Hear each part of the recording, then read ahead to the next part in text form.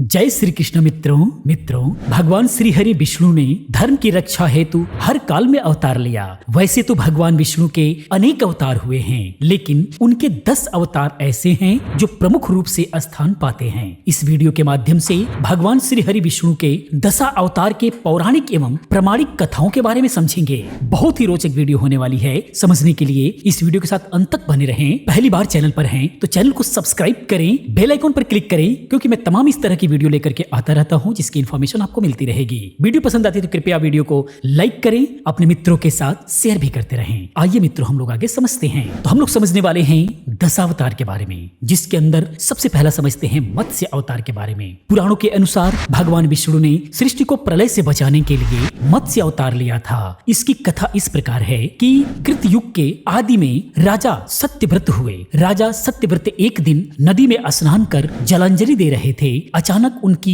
अंजलि में एक छोटी सी मछली आ गई। उन्होंने देखा तो सोचा वापस सागर में डाल दूं, लेकिन उस मछली ने बोला कि आप मुझे सागर में मत डालिए, अन्यथा बड़ी मछलियां मुझे खा जाएंगी। तब राजा सत्यव्रत ने मछली को अपने कमंडल में रख लिया। मछली और बड़ी हो गई तो राजा ने उसे अपने सरोवर में रखा। तब देखते ही देखते मछली और बड़ी हो गई। राजा को समझ आ गया कि यह कोई साधारण जीव नहीं है। राजा ने मछली से वास्तविक रूप में आने की प्रार्थना की। राजा की प्रार्थना सुन साक्षात 4 भुजाधारी भगवान विष्णु प्रकट हो गए और उन्होंने कहा कि ये मेरा मत्स्य अवतार है। भगवान विष्णु ने सत्यव्रत से कहा, सुनो राजा सत्यव्रत, आज से 7 दिन बाद प्रलय होगा। तब मेरी प्रेरणा से एक विशाल नाव तुम्हारे पास आएगी। तुम सप्त ऋषियों, औषधियों, बीजों व प्राणियों के सूक्ष्म शरीर को लेकर उसमें बैठ जाना। तब तुम्हारी नाव डगमगाने लगेगी। तब मैं मत्स्य रूप में तुम्हारे पास आऊंगा। उस समय तुम वासुकी नाग के द्वारा उस नाव को मेरे सींग से बांध देना। उस समय प्रश्न पूछने पर मैं तुम्हें उत्तर दूंगा, जिससे मेरी महिमा जो पर ब्रह्म नाम से विख्यात है तुम्हारे हृदय में प्रकट हो जाएगी। तब समय आने पर मत्स्य रूपधारी भगवान विष्णु ने राजा सत्यव्रत को तत्व ज्ञान का उपदेश दिया, जो मत्स्य पुराण के नाम से प्रसिद्ध है। उसके बाद दूसरा अवतार जो है वो है कूर्म अवतार। धर्म ग्रंथों के अनुसार भगवान विष्णु ने कूर्म यानी कछुए का अवतार लेकर समुद्र मंथन में सहायता की थी। भगवान विष्णु के कूर्म अवतार को कच्छप अवतार भी कहते हैं। इसकी कथा इस प्रकार है कि एक बार महर्षि दुर्वासा ने देवताओं के राजा इंद्र को श्राप देकर श्रीहीन कर दिया था। इंद्र जब भगवान विष्णु के पास गए तो उन्होंने समुद्र मंथन के लिए कहा। तब इंद्र भगवान विष्णु के कहे अनुसार दैत्यों व देवताओं के साथ मिलकर समुद्र मंथन करने के लिए तैयार हो गए। समुद्र मंथन के लिए मंदरांचल पर्वत को मथानी एवं नागराज वासुकी को नेति बनाया गया। देवताओं और दैत्यों ने अपना मतभेद भुलाकर मंदरांचल को उखाड़ा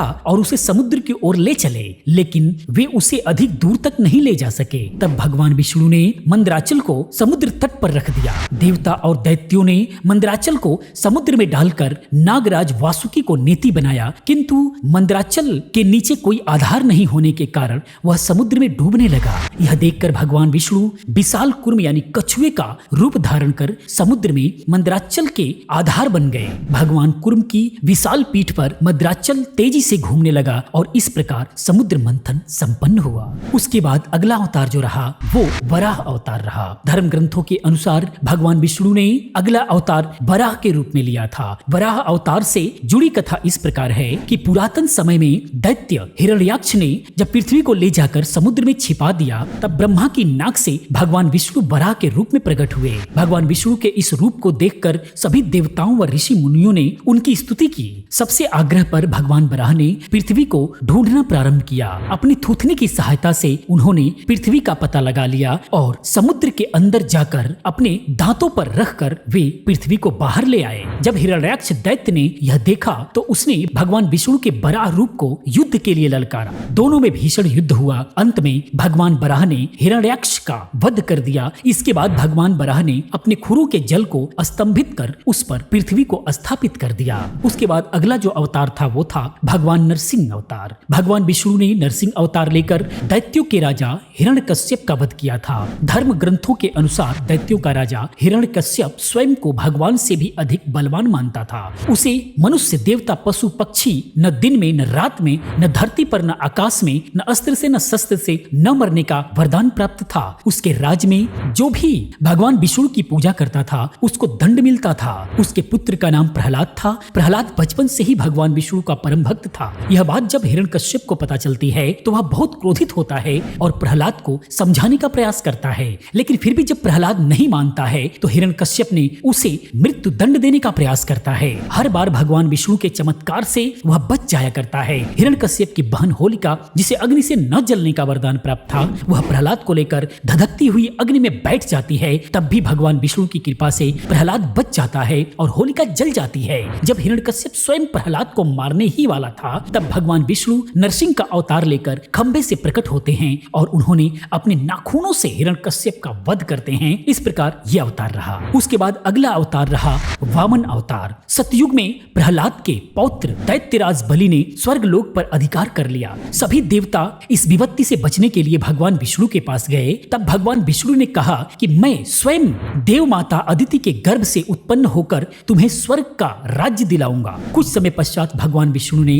वामन अवतार लिया। एक बार जब बलि महान यज्ञ कर रहा था तब भगवान वामन बलि की यज्ञशाला में गए और राजा बलि से 3 पग धरती का दान में मांग लिया। राजा बलि के गुरु शुक्राचार्य भगवान की लीला समझ गए और उन्होंने बलि को दान देने से मना कर दिया, लेकिन बलि ने फिर भी भगवान वामन को 3 पग धरती दान देने का संकल्प ले लिया। भगवान वामन ने विशाल रूप धारण कर एक पग में धरती और दूसरे पग में स्वर्ग लोक नाप लिया। तब तीसरा पग रखने के लिए कोई स्थान नहीं बचा तो बलि ने भगवान वामन को अपने सिर पर पग रखने को कहा। बलि के सिर पर पग रखने से वह सतलोक पहुंच गया। बलि की दानवीरता देखकर भगवान ने उसे सतलोक का स्वामी भी बना दिया। इस तरह भगवान वामन ने देवताओं की सहायता कर उन्हें स्वर्ग पुनः लौटाया था। उसके बाद अगला अवतार रहा श्री राम अवतार। त्रेता युग में राक्षस राज रावण का बहुत आतंक था, उससे देवता भी डरते थे। उसके वध के लिए भगवान विष्णु ने राजा दशरथ के यहाँ माता कौशल्या के गर्भ से पुत्र रूप में जन्म लिया।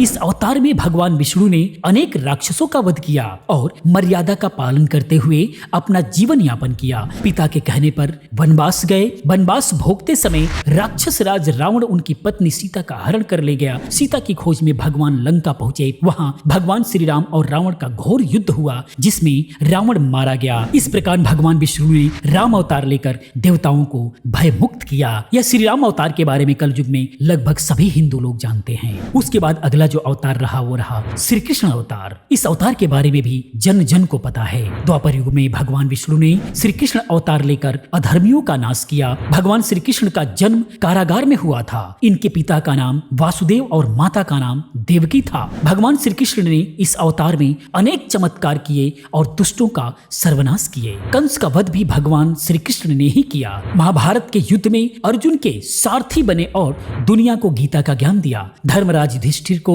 राजा बनाकर धर्म की स्थापना की। भगवान विष्णु का ये अवतार सभी अवतारों में सबसे श्रेष्ठ माना जाता रहा। उसके बाद अगला जो अवतार था वो था परशुराम अवतार। हिंदू धर्म ग्रंथों के अनुसार परशुराम भगवान विष्णु के प्रमुख अवतारों में से एक थे। भगवान परशुराम के जन्म के संबंध में 2 कथाएं प्रचलित है। हरिवंश पुराण के अनुसार उन्हीं में से एक कथा इस प्रकार है। प्राचीन समय में महिष्मती नगरी पर शक्तिशाली हयवंशी क्षत्रिय कार्तवीर्य अर्जुन यानी सहस्त्रबाहु का शासन था। वह बहुत अभिमानी था और अत्याचारी भी था। एक बार अग्निदेव ने उससे भोजन कराने के लिए आग्रह किया। तब सहस्त्रबाहु ने घमंड में आकर कहा कि आप जहां से चाहें वहां से भोजन प्राप्त कर सकते हैं, सभी ओर मेरा ही राज है। तब अग्निदेव ने वनों को जलाना शुरू किया। एक वन में ऋषि आपो तपस्या कर रहे थे।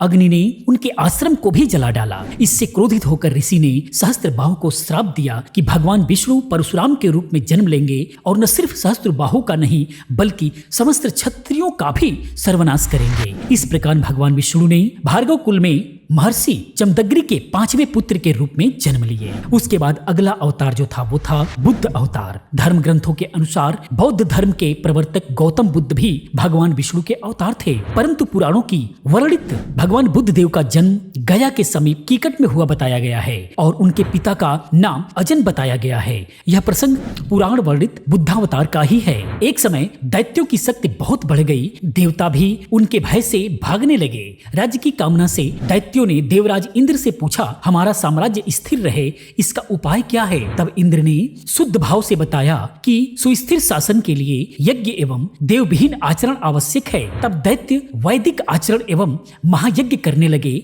जिससे उनकी शक्ति और बढ़ने लगी। तब सभी देवता भगवान विष्णु के पास गए।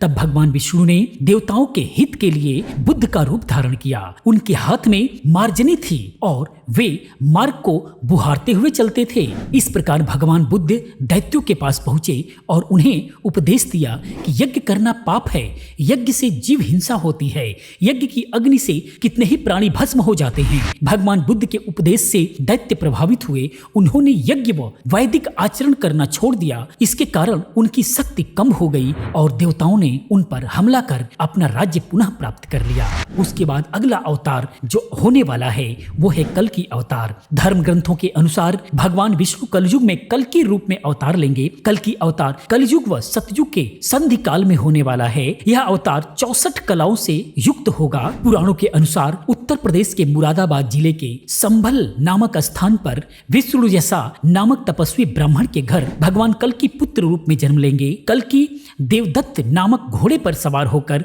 संसार से पापियों का विनाश करेंगे और धर्म की पुनः स्थापना करेंगे। तभी सतयुग प्रारंभ होगा। मित्रों, ये था भगवान विष्णु के 10 अवतार। वीडियो कैसी लगी कृपया कमेंट में जरूर बताते रहें। इसी प्रकार की तमाम वीडियोस को देखने के लिए, जानकारियों के लिए चैनल के साथ बने रहें। चैनल को सब्सक्राइब करें क्योंकि मैं इस टाइप की तमाम वीडियोस लेकर के आता रहता हूं। मैं मिलता हूं अगली वीडियो में। पूरी वीडियो देखने के लिए आप सभी का बहुत बहुत धन्यवाद।